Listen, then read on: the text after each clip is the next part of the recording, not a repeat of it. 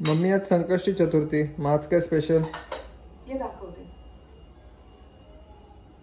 हे बघा, हे इथं चवळीची भाजी तयार होत आहे.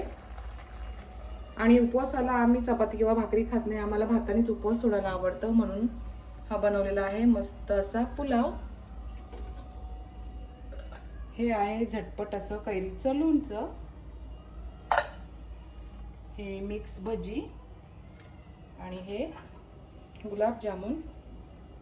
आणि तुम्हाला दाखवते मी आज काय बनवले. आज मी बनवलेलं आहे हे आंबट गोड तिखट असं कैरीचं लोणचं. तर हे तेल नाही आहे, हा पाक आहे. तर मला आणि माझ्या मुलीला चटपटीत खायला खूप आवडतं आणि मी दरवर्षी हे असं आंबट गोड तिखट असं लोणचं बनवतच असते. तर आज मी हे लोणचं बनवलेलं आहे आणि असं हे माझं आजचं जेवण तयार आहे.